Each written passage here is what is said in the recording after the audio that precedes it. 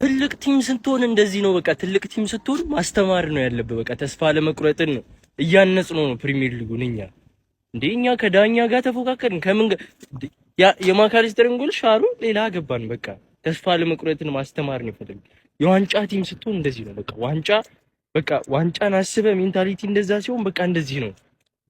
አትሽወዱ። የፕሪሚየር ሊግ ቡድን ዛሬ ማቸው ወጣ ምናምን የሚል ሰውም ስለሰማው ነው እንደዚህ ምለው።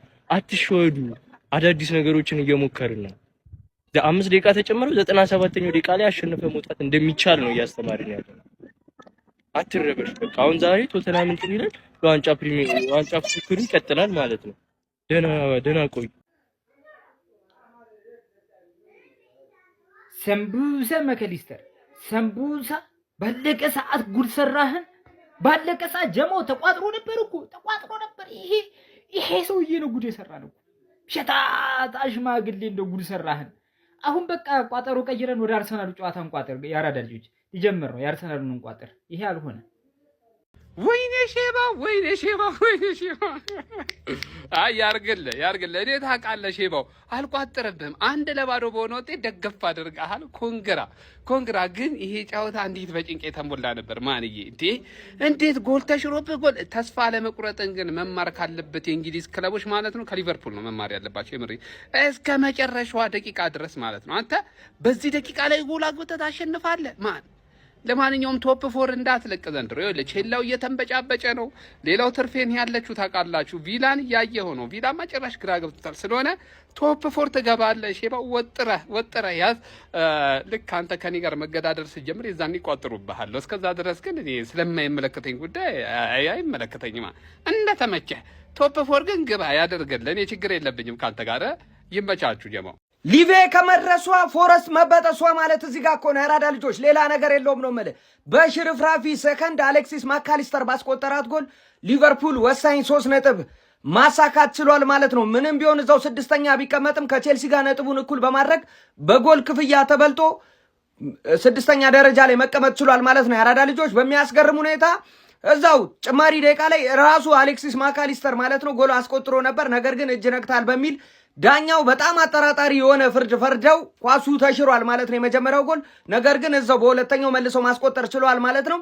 እኔ የምለው ጎብዬ አሰልጣኝ አርኒ ስሎት ምን እንደጀመረው አይታወቅም። ይሄ ሪዮ ኤንጉማ የሚባል ተጫዋች ለምን እንደሚያስቀምጡት ግራም ያጋባ ነው። ከቦታው ውጪ ራሱ በሳላ ተቀይሮ ገብቶ እጅግ በጣም አስደናቂ እንቅስቃሴ ሲያደርግ ነበር በዛሬውም ጨዋታ ማለት ነውና ይሄን ተጫዋች ለምን እንደሚያስቀምጡት ግራም ያጋባ ነው ማለት ጎቤው። በዛ ላይ ደግሞ ማለት ነው ዛሬ ሊቨርፑል 120 ደቂቃ ተጫውቶ የመጣ ነው የሚመስለው ማለት ነው። ይሄ ፕሌይኦፍ ውስጥ የነበረ ቡድን ነው የሚመስለው። በጣም ተዳክመው ነበረ ማለት ነው። ነገር ግን ትልቅ ነው። ባለቀም ሰዓት ቢሆን ወሳኝ 3 ነጥብ ማሳካት ይችላል ማለት ነው። እስቲ ሐሳብ አስተያየታችሁን ኮሜንት ላይ አዳዲስ ሰዎች ሼር ኮፒ ሊንክ እያደረጋችሁ የፕላስ ምልክቱ እናንተ ነች። ይመቻችሁ። ፍትህ እንዲህ ነው ይኸውላችሁ። ፍትህ ማለት ይሄ ነው። እሺ እኛ ቤት ፍትህም አለ። ዝም በል ወያላ ዝም በል ዛሬ ዝም በለው። ማካሊስተር ማለት ነው ማካሊስተር ፍትህ ተናግራ ራሱ ጎሉን አስገብቶ ወጣ በእናትህ ጨዋታ እንዲህ ነው ባይተው። እሺ እንዲህ ነው የምትጫወተው።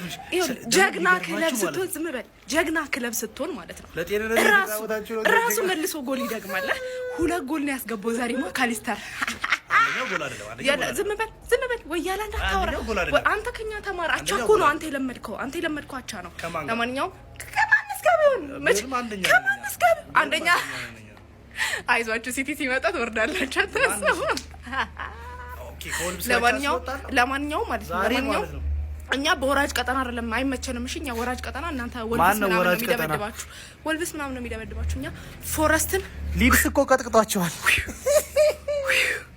ምን አይነት እብደት የተሞላበት ጨዋታ ነው የተመለከትነው። ማካሊስተር ባስቆጠረው የ97ኛ ደቂቃ ጎል ሊቨርፑል 1-0 ኖቲንጋም ፎረስትን አሸንፎታል። ጨዋታው ሙሉ ለሙሉ በተለይ ፈርስት ሃፉን ኖቲንጋም ፎረስት ተቆጣጥሮ ተጫውቶ ነበር። ሰከንድ ሃፍ ላይ ሊቨርፑል ትንሽ ተሻሽሎ የገባ ቢሆንም ኖቲንጋም ፎረስት ሲያስጨንቋቸው ነበር። ማካሊስተር 90ኛው ደቂቃ ላይ ጎል አስቆጥሮ ተሽሮባቸው ለሊቨርፑል የልብ ስብራት ሊሆን ነበር። ነገር ግን በድጋሚ 97ኛው ደቂቃ ላይ አስቆጥሮ አሁንም ቫር ታይቶ ነው የተወሰነው። ቫንዳይክ ኦፍሳይድ ሊባል ይችል ነበር። ነገር ግን የኋላ ሊቨርፑል ባለቀ ሰዓት 1-0 በማሸነፍ ከቼልሲ ጋር ያለውን ነጥብ ልዩነት በማስተካከል 45 ነጥብ ይዟል። ማንቸስተር ዩናይትድም ነገ እስከሚጫወት 45 ነጥብ ለቻምፒየንስ ሊግ ፉክክሩ ተጧጡፏል ነው የምልህ። ምን አይነት ጨዋታ ነው የተመለከትነው? ምን አይነት እብድ ጌም ነው! ምን አይነት እብድ ጌም! ሊቨርፑል 1-0 ኖቲንጋም ፎረስትን አዌ አሸንፏል ማለት ነው። ጨዋታው ሲጀመር 3-0 4-0 የሚሸነፍ ነው የሚመስለው። በነገራችን ላይ ሪዮ እንጉማ የተባለ ልጅ ጋክፖና ሳላን ከሚያጫውት አርነ ስሎት ልጁን ወይ ለሁለት እንዲከፍሎት እዚህና እዚህ ቢያጫውተው የተሻለ ጥቅም ይሰጣል ማለት ነው። ገብቶ ጌሙን ቀያየረው። ሲጀመር ሌፍት ዊንግ ላይ ነው የምናውቀው ልጁን። በዚህ በኩል ገብቶ ጌሙን እሱ ነው እንዲያሸንፉ ራሱ የረዳቸው ማለት ይቻላል። በሱ ባይሆንም የገባው ይሄ ጎል ሞመንተሙን የሰጣቸው እሱ ነው ለመጀመሪያው ጎል የሌለው። ለማንኛውም እብድ ጌም ብያለሁ። 93ኛ ላይ ነው ምናምን ማካሊስተር አግብቶ እጅህን ነክቶ ነው የገባው ተብሎ ዲፍሌክሽን ነበርና እጅህን ነክቶ ነው የገባው ተብሎ ተሽሮበት ጸለየ መሰለኝ። ከዛ በኋላ 97ኛ ላይ የተገጫጨ ኳስ እግሩ ላይ ወደቀለት፣ ድጋሚ ያገባው። እሱም ሊሻር ቫራይቶት ነው ያጸደቀው። የቶፕ 4 ውድድር አምሯል ሸገን። ከዋንጫ ውድድር በላይ የዋንጫው እንደሆነ ተጠናቋል።